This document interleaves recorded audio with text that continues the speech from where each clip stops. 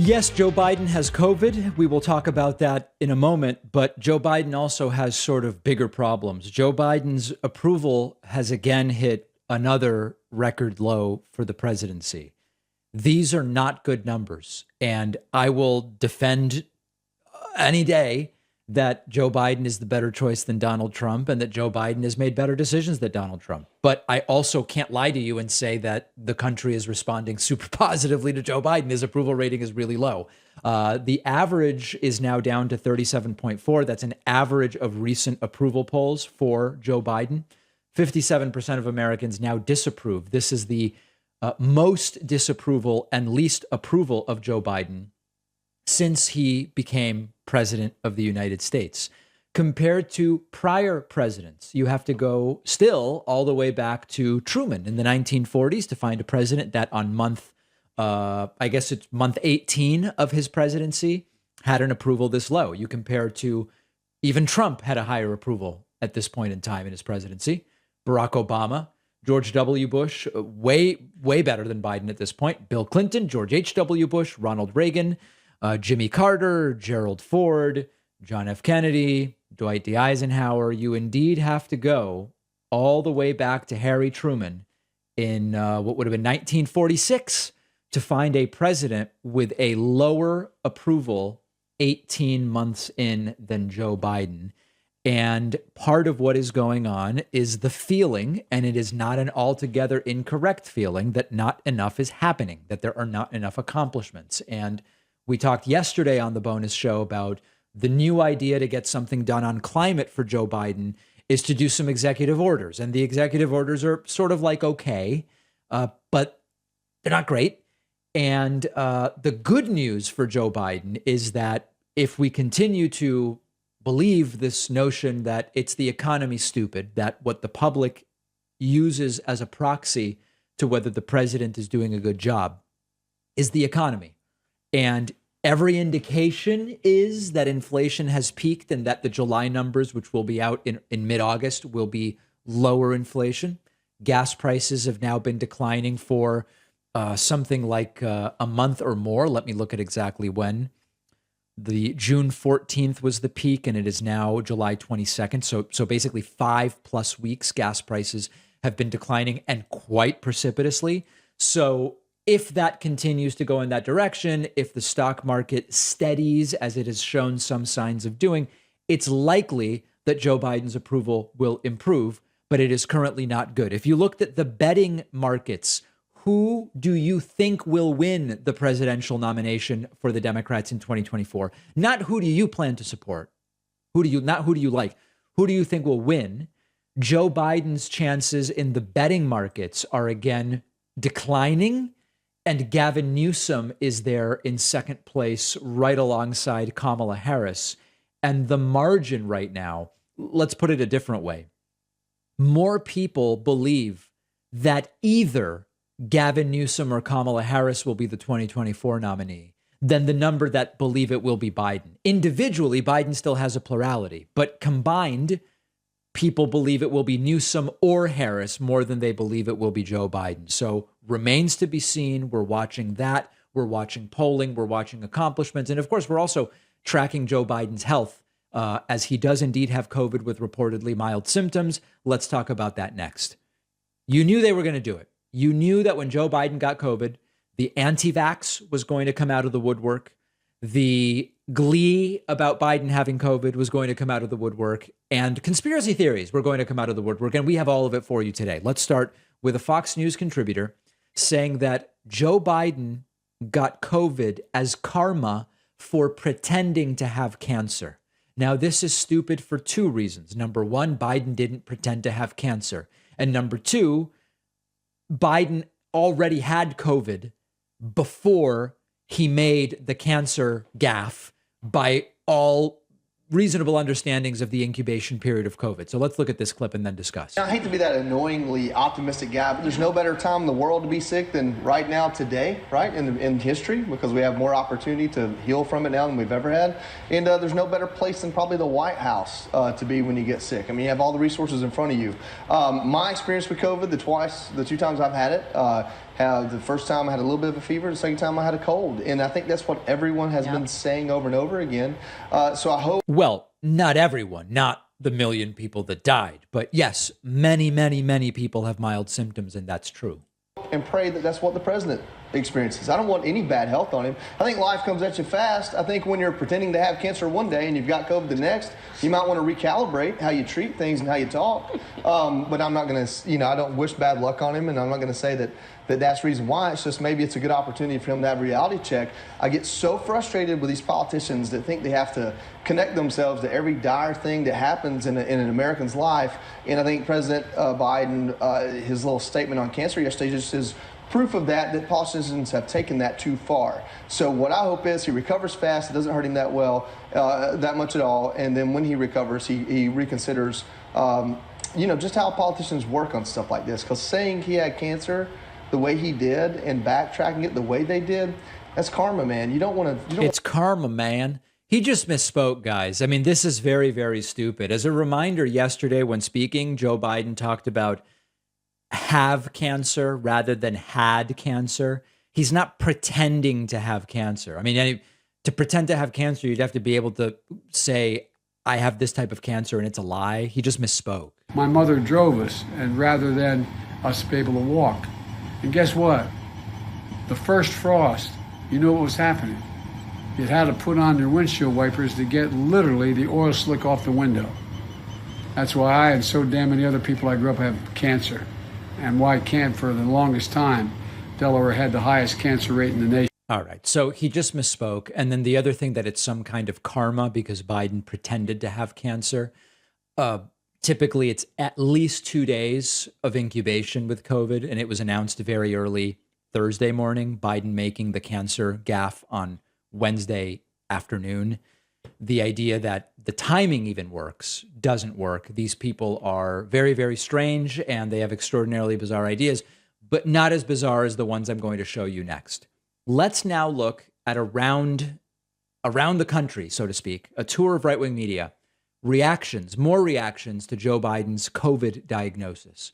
We will start with OAN. This is One American News anchor Alison Steinberg gleefully reporting that President Joe Biden has COVID and asking her followers to weigh in to predict, is he going to die? Well, what do you know? Double boosted Biden just got COVID. What do you think is going to happen? Will he come back and say he's so glad he got the shots because it could have been much worse? Or do you think he's going to... Let me know your thoughts down below. Yeah, when she says, do you think he's gonna, she does kind of like the neck slice motion. I don't know if that's some kind of strange filter, by the way, on this individual. It's unclear. So that's on OAN. Alison Steinberg gleeful about it. Then we go over to Newsmax, where a Newsmax guest wishes Biden the best, but I wish him the best, but. So again, speedy recovery. We wish him the best, but I think it's time that we really refocus on some of the issues that we have here at home and in our backyards before we go down the path of another double booster and, vaccines for kids under 5. Aren't those issues in our backyard? Like, that's very strange. We should focus on domestic issues rather than things like whether Americans get COVID in America. Sounds like a domestic issue, ma'am. I wish him the best, but I'm against racism, but I'm against the N-word, but. And then on Fox News, here's another idea. Joe Biden actually had COVID last Friday when he was in Jerusalem, or as Donald Trump used to call it, Sharushalem. And that this is Harris Faulkner's idea. COVID. I'm Harris Faulkner. You are in the Faulkner Focus. The White House has said that he is experiencing what they are calling mild symptoms. He's now in isolation. The president has referenced his health during his recent visit to Jerusalem. In his own words, let's watch. Right. I was making a speech, and I had a terrible headache. Excuse me, a terrible headache. And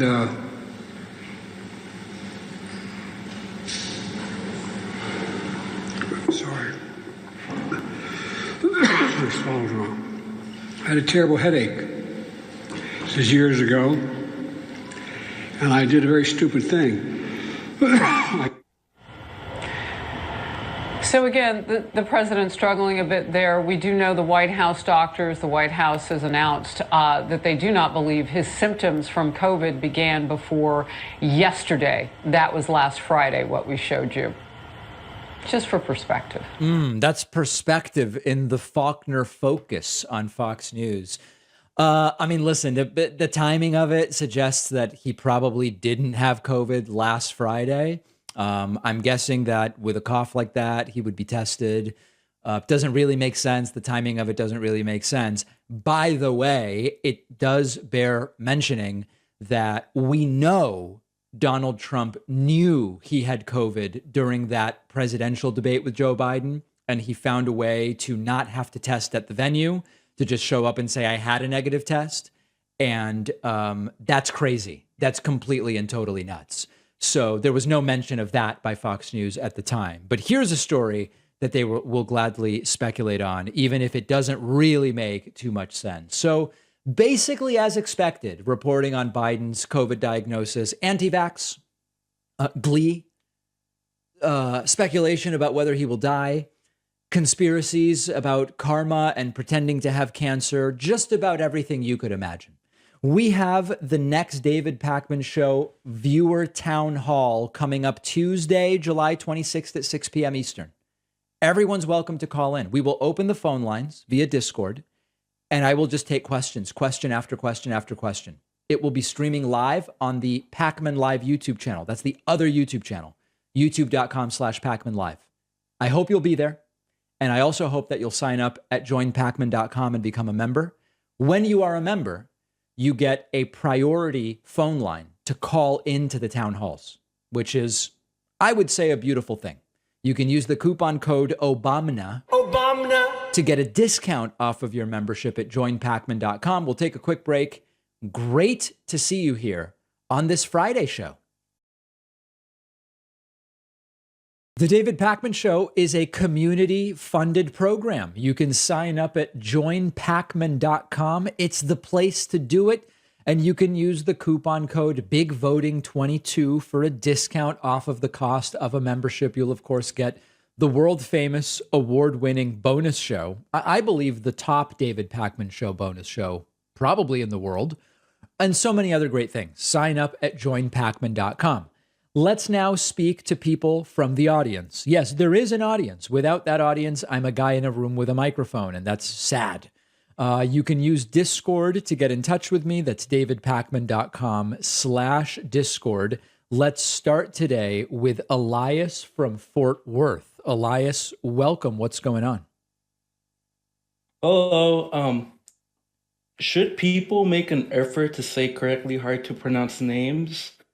So, for example, I don't want to correct you, but you said my name wrong. It's Elias, like the Spanish way. So, yes, people should make such an effort. all right, thank you. No problem. Take care. Okay, here we go. Let's go next to let's go to Paul Garcia from Mexico. Paul, welcome. Hi, can you hear me? Yes, I can. Oh, okay. You've been talking about how abortion and gun control can activate Democrats' vote. Do you think a Trump associate indictment can activate Republicans to vote?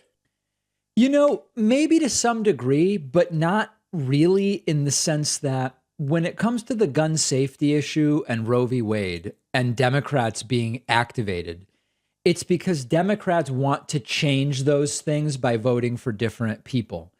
Although certainly there will be Trumpists who might hear, oh, this Trump associate was indicted or whatever. Who are they going to vote for? I mean, it's like voting for your local member of Congress isn't really going to do anything related to that in any kind of direct way. So I don't think it will engage and kind of involve people and excite them in the same way. No. Do you think in like a Texas where the the Republican governor is really dumb, and everything is going the wrong way. Do you think we're going to see a big change, like blue wave? I think there's no evidence right now that that's what's going to happen. I mean, you did see, if you look at Biden versus Trump in Texas in 2020, it was the closest margin for a presidential race in Texas for a while. I don't remember exactly when, but for a while. And so I do think Texas is becoming more purple, but I don't expect any overwhelming blue wave in Texas in the next few years. No. Okay, no, thank you. All right, no problem. There's Paul from Mexico. Good question. Appreciate that. Let's go next to, where do we want to go? There's so many people who want to be on. Let's go to Saigon Mike. Saigon Mike, you're next. Saigon Mike, you're unmuted, but I'm wondering if you have the wrong audio device selected. And last chance for Saigon Mike to fix your audio. All right. That's too bad. Saigon Mike is gone. Let's go next to Steve from Chicago. Steve, welcome. Hey, David, can you hear me? Yes, I can. Yes. So I was wondering, I know we've been kind of talking about, you brought up Joe Rogan a little bit ago, and he said when he brought up his likening for DeSantis, and you kind of brought up he maybe doesn't really know what he's talking about, but do you think the possibility maybe that he sees more in line, even though he is a progressive, he sees more in line with some of the stuff that DeSantis is doing and isn't really happy with some of the stuff that like Democratic presidents are doing, like with Biden? No, that sounds weird to me. I mean, if Rogan is more progressive, he couldn't possibly like what DeSantis is doing if he knows what DeSantis is doing. But but all I'm saying is that the way that he can still be progressive, but not like that thinks that the Democratic Party is going too far, and that DeSantis and people like DeSantis isn't as far right as they're actually saying, or as extreme.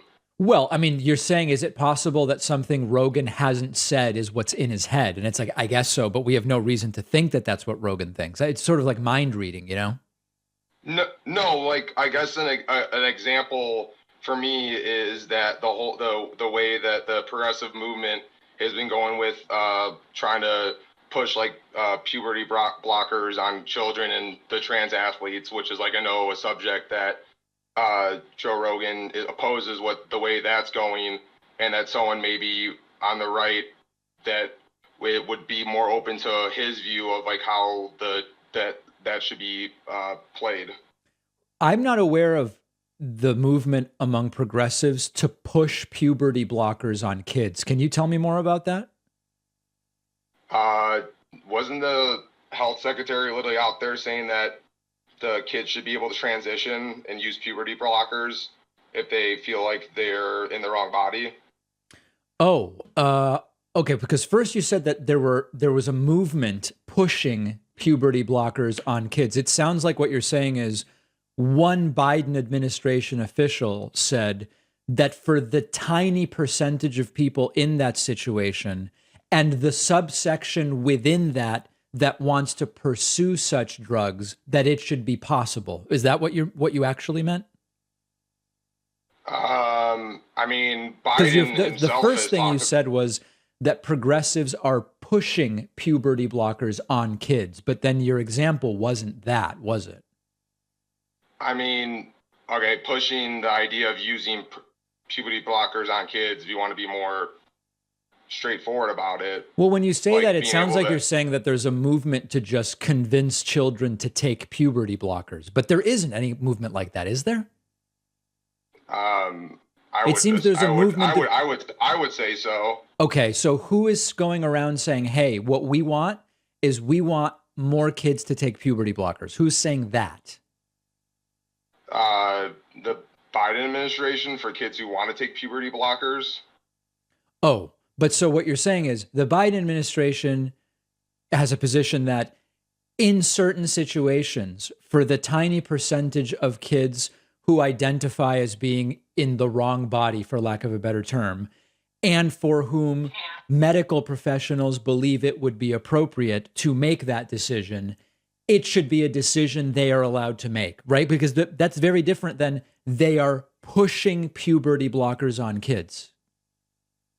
I would say anyone, like, I guess Well, let me from give you Joe an Rogan's example to make it really clear. I guess let me clarify. I guess from my spot before you give your example. Sorry, Yeah. I don't mean to interrupt you. No, it's okay. Just so you can get your comeback. So I guess from Joe Rogan's perspective is that the kid, like a kid that age, let's just say 5, 6, younger than that, like they can't enter into contracts, they can't do other stuff because they don't have the mental capacity to actually understand. Yep. If they're maybe would be in the wrong body or not in the wrong body. Yep. Or anything like that. And I'm not talking about adults or anything. I'm talking about kids. Got it. That it would be, and the harmful effects that could have on puberty blockers with them and their mind not being able to fully understand what's going on. Would you apply that same logic to children getting vaccines where the kids can't actually consent themselves, the parents are doing it for them, and they don't understand the full impact of those, and once you do it, you can't undo the fact that you've gotten a vaccine? Would you apply the same standard to the vaccines? I'm curious. Vaccines,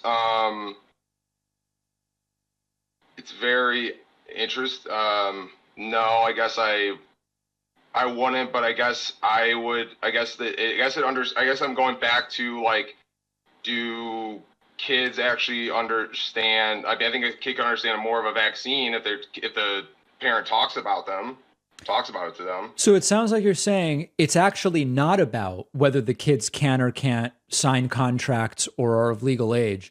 It's whether they can understand a concept based on what their parents tell them. That's the standard you're now laying out? No, I'm not saying there's a standard. I'm just saying that. Well, I'm asking what's your like standard? Forcing.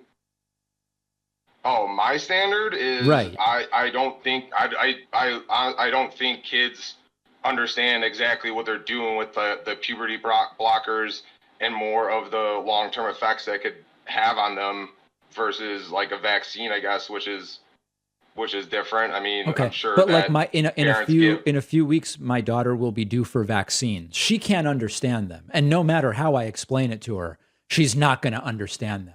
By your standard about understanding, I shouldn't be allowed to get her vaccinated, right? I'm not saying I don't think she'd be allowed to get her vaccinated. I'm not. Right. I'm what not I'm saying, asking I'm you saying, is, you said the standard that makes vaccines different than puberty blockers is the kids better understand vaccines rather than their understanding of puberty blockers. I just explained my daughter doesn't understand vaccines at all. By your standard, I should not be able to get her vaccinated in a couple of weeks based on your standard. I didn't say that was a standard of mine. I was saying. No, I literally asked you what's your standard, and you said that's your standard. My standard is they can't understand it. Not on vaccines. I guess I was saying my understanding would be able to explain vaccines versus puberty blockers and all the side effects moving forward, transitioning, everything like that. I mean, okay. But again, my basic question is my basic. Going back to the Joe Rogan part was more under, and I guess, I don't know why, I guess my pushing is, I'm not saying they're just like going up and giving up kids puberty blockers, but more of the emphasis on transitioning younger kids when the long-term effects, they probably won't be able to understand what's actually going on with their body and everything. Got it. So let's now drill down to what we are talking about. So you're not saying that they are, just follow me step by step. You're not saying anyone is forcing puberty blockers physically into children, right? You're not making the claim anybody's doing that. No, if that came across that way, that's not the way. No, I'm not saying it. Let me clarify. So you're not saying anyone is forcibly being given puberty blockers. Good. Second, is there any campaign to go out and say, hey, kids, consider puberty blockers? It's cool. Like, is there a PR campaign, or you're saying there isn't that either? I wouldn't say there's a PR campaign to like say it's cool, but I think there's a campaign / strategy of movement of like putting more of a spotlight on them for younger kids, basically, with doctors, schools, within the administration, everything. So you're saying that there are schools where they do presentations and they go, "Hey kids, if you're not feeling good about your body, how about puberty blockers?" That's happening somewhere? I wouldn't say that they would say puberty blockers in there, but I'd say within schools they're more or less, I guess, going into like gender identity and everything, and sexuality and everything like that, which would bring the conversation moving towards that. Do you have any evidence that in schools where they talk about the fact that trans people exist, they're pushing puberty blockers? Is there a single example of such a school? I mean, wait, do like the example where they're mentioning puberty blockers in like the teachers said the word puberty blockers? Yeah, where they're saying not when issues of gender are taught in schools, where puberty blockers are being talked about by teachers and presented as something to pursue or something. You said, remember that at the beginning of the call, you said pushing. The word was pushing. I'm looking for someone pushing it. I'm not saying, again, I like I said, I don't think that they're like the teachers themselves are saying are pushing puberty blocker, like they're going and saying puberty blockers. I'm saying that the thought process and the transition to the end result with transitioning puberty blockers is in like you may not like pushing the whole idea. Again, if adult wants to make a decision, I'm not against anything adult wants to do. I'm saying kids specifically push an idea. No, Steve, I get that, like, but you started the call by saying that something is being pushed, and we've gone piece by piece, and you're acknowledging you can't actually identify anyone pushing it. I mean, everyone I ask you, is this person pushing it? Is that person pushing it? You go, well, no. So what and is now your, you're saying I'm not even saying it. What is your definition of pushing it? Promoting, encouraging. Like, yeah, I mean, the Biden administration is encouraging kids. Okay, no, but no, Steve, now we're back to the beginning. That was your first claim, which already fell apart. All right, Steve, thank you for the call. I'm going to let you go. By the way, I'm not even taking a position for or against puberty blockers for kids. Like, I don't know enough about it to say, maybe it's not a good idea. Maybe I'm not taking a position. That caller had no idea what he was talking about. Okay. Let's go next to Jim from Chattanooga. Jim, welcome. Hi, David. Longtime viewer. How are you doing? Doing well. I guess my question is how to reframe kind of basically the basic idea is there's going to be pain. And I think Democrats are struggling with this. Basically, a lot of the problems are right now that we're suffering from are from kicking the can down the road. And a lot of the solutions tend to have short-term sacrifice involved. How do we reframe that so people that are in their 60s who will never enjoy a working universal healthcare system are willing to make that sacrifice? Well, this isn't really like a new thing that humans do. I mean, I think for most humans with a normal emotional landscape, the idea that we might do something that's good for the species we belong to, even if I won't personally benefit from it, is still a completely reasonable thing to do. I mean, you know, the interstate highway system took a very long time to build, and many of the people that supported their tax dollars going to it didn't live long enough to enjoy it. And I mean, it doesn't seem, I think the weird thing to me isn't why, the weird thing to me would be that more people wouldn't, of course, understand that the way things are, some of the good things we have today, we have because people who didn't benefit from them were okay supporting them financially. And that as a result, we should do the same thing to keep improving society. It would be, if we have to explain that to people, then we're in real trouble. So you don't think the attitude around that has changed? I think that it hasn't changed in terms of people's emotional understanding of it, but I do think that the political system we have, including these terms of 2, 4, and 6 years that don't really encourage long-term thinking, they encourage what can I do to justify my next reelection. That definitely is not good. Right, and I think that's just a feature. Yes, a bug, but yeah, absolutely. Our current system. Thank you, David. All right, thank you. Maybe just one more thing. I'm Sure. getting a vasectomy next week, and I thought maybe you could comment on that. I'm 36, no kids. That's interesting. You know, many urologists won't do a no kids vasectomy for people your age. What was the conversation like? Well, I found one in Georgia, so I'll be traveling. Oh, so you're admitting it was hard to find one. You had to go to find one in a different place. Not just find one, David. Find one that's affordable, like under $2,000. It's not just it. If you don't have money, you can't just go. I don't know. People think that these things are just out there to go grab off a shelf somewhere. But did you talk to urologists who said, you know, for someone in your situation, I don't really do vasectomies. You don't have kids. You're only 36. I honestly didn't even look here in Tennessee because I didn't want to deal with it. Oh, okay. All right, good. Well, so why are you doing? You're just very sure you never want to have kids. Well, and I live in Tennessee. I mean, I don't want to be forced into fatherhood. Sorry, I just don't. Okay, what do you mean by that? Well, I think we had a trigger law here. So when Roe was overturned, I think it's 6 weeks now. It might be 6 weeks, but it may be I see what you're saying. than that. I see what you're saying. Any thought to maybe freezing sperm so you have the option? No, there's probably a couple little Jimmys floating out there somewhere. They can, you know. I'm just kidding, David. I'm just kidding. No, I haven't considered that. Okay. All right. Very good. Jim, thank you. Good luck with the procedure. Love you, David. Thank you. All right. Take care. Love you, buddy. Okay. We're going to take a quick break. If you're holding, don't hang up. We are going back to the phones on what has been an eventful day. Stand by. Right back to the phones in a moment.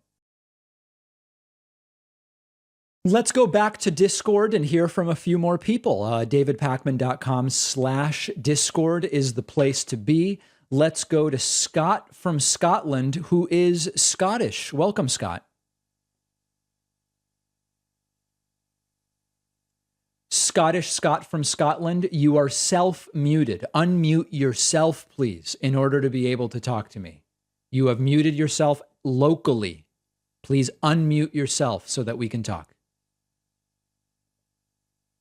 And final chance for Scottish Scott from Scotland to unmute yourself. I've unmuted you. You do need to unmute yourself to be able to talk to me.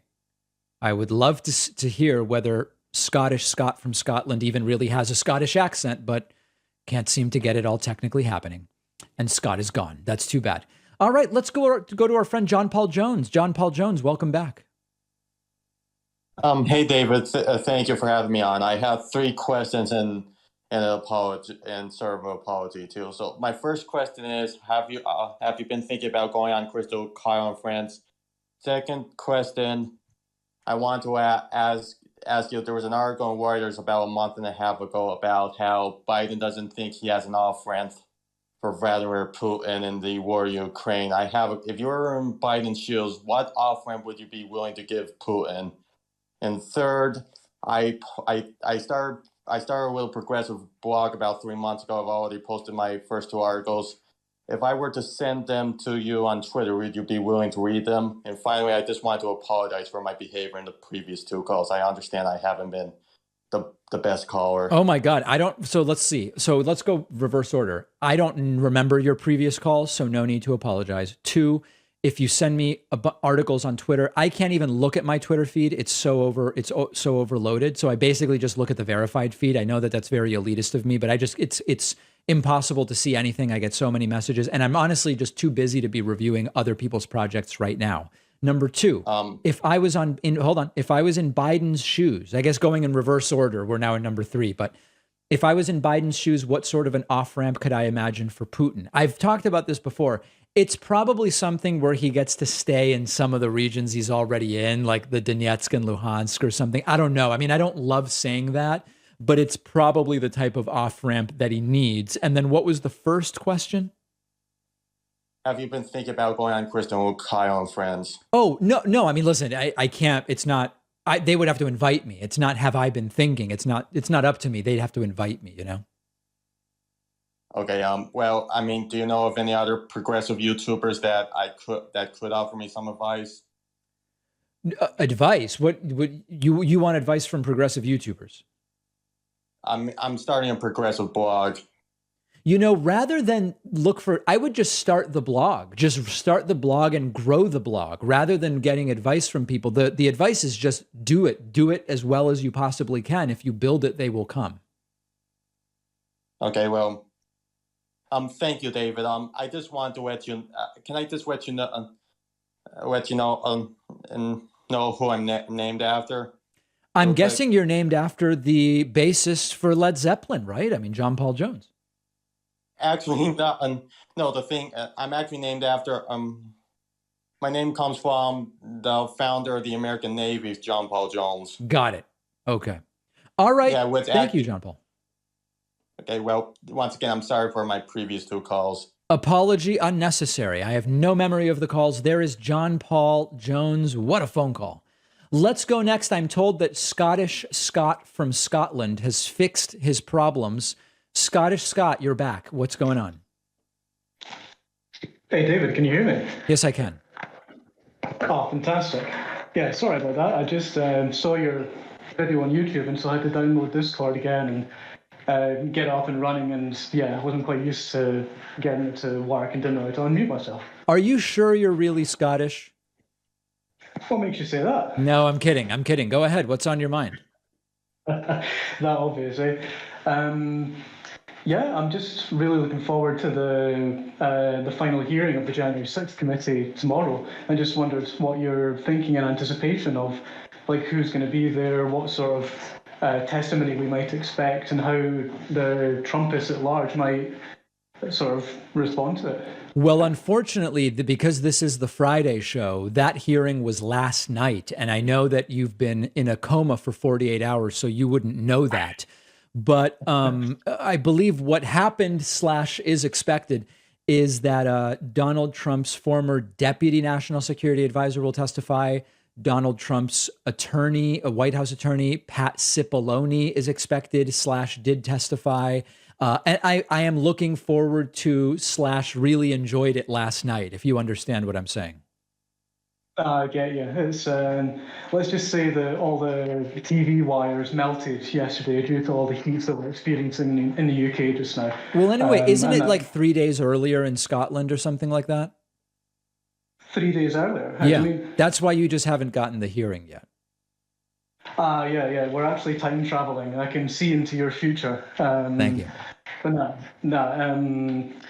See, and you made a video earlier about the what was it again? The reaction from Trump supporters if he actually does become indicted by Merrick Garland or whomever. And if I remember correctly, you thought that there could potentially be among his strongest cult followers a really strong, violent reaction. Yes. And I'm not so sure. I think yes, there will be a certain violent reaction, but in terms of like mass protests of thousands of people all gathering together, I just get the impression that they're too shattered and shrapnelled, I should say, at the moment, and they're just too far spread, and they can't organize themselves well enough. And B, I don't know, just do you think they're that far gone that if he were to be indicted, people would see that as, oh, they're lying, it's fake news, etc., or would that almost be like a wake-up call for a lot of his most brainwashed No, the supporters? cultists would say that it's all a political witch hunt. They would say this is an outrage, and I think you're right. They wouldn't do like mass peaceful protests. You would just have these small violent cells going completely berserk. Scott, I got to run. I appreciate the call and hearing about all of it. Let's see if we can chat with a couple of other people. How about Connor from Atlanta, Georgia? Connor, welcome. How you doing, David? I'm doing well. Awesome. So I wanted to ask exactly about Biden running in 2024 for a second term. If people who, because I'm more of a centrist, I don't really, I'm a little conflicted about the 2024 election right now, because I guess the running up for the Republicans are as Ron DeSantis. I don't think Trump stands a chance running again. I don't know if Biden would be good enough for a second term just simply because of his cognitive ability currently. So what exactly do you think on that? Because I don't know if I'm just very conflicted right now for 2024. Well, listen, speculations about cognitive ability aside, I just don't think Joe Biden's running in 2024. I don't think he's interested in it. I think he would have a very tough time winning. He'll be 82. I just don't think he's going to run. And I know people say, but David, he keeps saying his intention is to run. Yeah, I know his intention is to run, and I don't think he's going to do it. So I don't think you're going to end up in a situation, quite frankly, where you'll have to figure out how you feel about Joe Biden's cognition. I think he's just not going to be a candidate. Well, who do you think should be the running up then? Listen, I think there's a lot of people, a lot of rising stars in the Democratic Party. We've talked about Gavin Newsom's political skill. I've mentioned I really like Jamie Raskin. I like Stacey Abrams. I like John Ossoff. I think Pete Buttigieg would do really well now that he has more name recognition. Maybe not right away. Maybe we've got to wait another cycle or two for him. But I think there's a lot of really smart people who would be good in terms of the performance piece of what it takes to be president.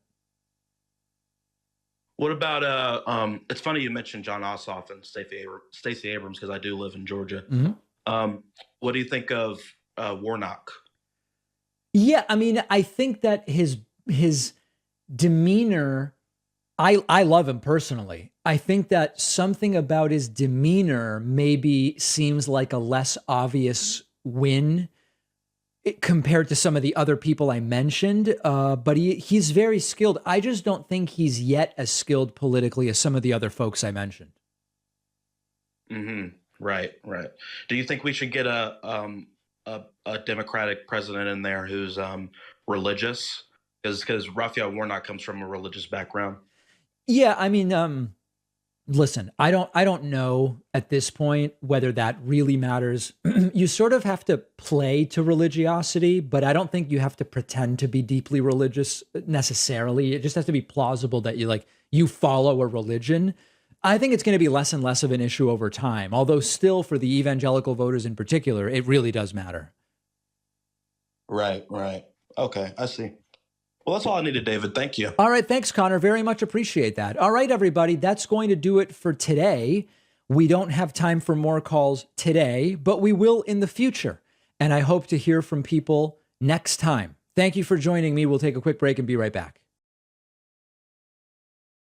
All right. It is time for the Friday mailbag. You can email info@davidpakman.com if you have something you'd like to say, ask, complaint, whatever the case may be. Also, anytime you post on YouTube or reply to us on Twitter or whatever, it might end up featured in the mailbag. You just never know. But let's get into the first one. Colin wrote in with a beautiful anti-Semitic conspiracy theory. Colin wrote in about the Khazar influence in U.S. politics, saying, David, if you really had any intention of being a good American patriot, please check out your relatives' dealings in U.S. politics. Obviously, you won't and dare not. That's Colin. Now, this is something called the Khazar myth. This is an anti-Semitic trope. It has been largely abandoned, although some really hardcore anti-Semites still talk about it. The idea is that Ashkenazi Jews like me, whose lineage goes to Eastern Europe, that our lineage is basically fake, and that I really descended from Khazars, who are a multi-ethnic Turkic peoples, semi-nomadic and blah, blah, blah. Basically, the idea is even the people we claim to be is a lie. This has been extraordinarily widely debunked. It's nonsense. Only the most hardcore anti-Semites still push it. But that's Colin, and we do have some of them in our audience, that's for sure. Rob wrote in and says, David, sir, the new haircut looks spectacular. When you go to your stylist, what exactly do you ask for? Love the show. Keep up the good work. That's Rob in Cincinnati. Well, listen, Rob, I've been going to the same hairdresser for over a decade. So at this point, she says, same thing, just shorter. I go, yep, same thing we've been doing. And then that's really it. But if I had to start from scratch, I think what I would say is, I part my hair on this side. I want scissors all around, no buzzers or clippers other than for the sideburns and, the back of my neck. And just kind of, this is the shape. Or maybe I would even take a screenshot of my show and say, this is the haircut I'm looking for. I think that's the best advice I can offer. Alex wrote in about people making guns at home. A recent horrible shooting, guns were made at home. And Alex says, hey, David, I just heard your good point about people making guns at home. However, this got me thinking about how absurd this situation is. For example, terrorists make their bombs at home. So should bombs be legal because we can't stop literally all bomb attacks? Should theft be legal because we can't stop all thieves? Should murder be legal because we can't catch all murderers? Mitigation and deterrent are words that exist. Yeah, on the entire, so after the shooting where I don't even remember which one it was because there's so many. Was it the July 4th one where the guns were made at home? Okay. You had some people on the right, the pro-gun people, saying this is why gun control does nothing. You can't stop people if they're really determined from getting guns. They can just make them at home. And of course, the reaction is, oh, no, I'm sorry. It was the Japanese shooting, the assassination of former Prime Minister Shinzo Abe. And the thing was, you can barely buy guns in Japan, but they just made them at home. If in the United States, every would-be shooter, and I'm talking about individual homicides, mass shootings, and suicides, if every would-be shooter in the United States could only get access to a firearm by making it at home, the number of shootings would go down dramatically. Dramatically. I know what you're saying. Well, but you could make the gun at home. Yes, most people don't know how to do it. Many who could research it to figure it out would say that's too much work. I don't want to do that. And the number of people who would be dissuaded from shooting anyone if they had to make their gun at home is an incredible number. And sure, somebody will make their gun at home. I understand. But the whole point, as Alex points out here, is mitigation and deterrent. And if you had to make a gun in order to shoot someone, number of shootings goes down dramatically. Dustin says about my commentary on Jesse Lee Peterson being homophobic, but also being gay. Dustin says, lethal takedown and all totally true. However, you end the clip by saying you're uncomfortable with Peterson's role as a counselor to young men. The implication is your discomfort stems from him being gay. I don't think this matches your values, and it's a terrible thing to imply. That is not at all what I meant. The reason I'm uncomfortable with Jesse Lee Peterson mentoring young men is because he does this thing that many in the religious community do, which is they're not therapists. They're completely unlicensed to be in that role, but they loosely use the term counseling. Sometimes they use coaching. That's what I have a problem with. Not the fact that he's gay. And in general, the type of, listen, he was doing anti-gay Christian counseling. I'm against anti-gay Christian counseling, whether the counselor is gay or straight. Okay, so Dustin, please don't attribute to me things that I very clearly didn't say. Eric wrote in and said, tell the truth, Pacman. Biden's inflation caused a recession as consumers tightened their belts. People react to high prices by cutting back on food and travel. This news is nothing to celebrate. There is no evidence of that. There's no evidence of that. If you believe that the COVID stimulus that Biden did caused inflation, then you've got to blame Trump doubly because Trump had two of those packages of stimuli. Packages of stimulus, I guess it would be. And also, we're seeing the inflation globally. So this is just a completely baseless claim. And there's a lot of them floating around. People aren't limited by the facts when they make claims. Basic Dad says, why doesn't Pacman simply move to Venezuela, where can live in peace and harmony with those who agree with his socialist viewpoint?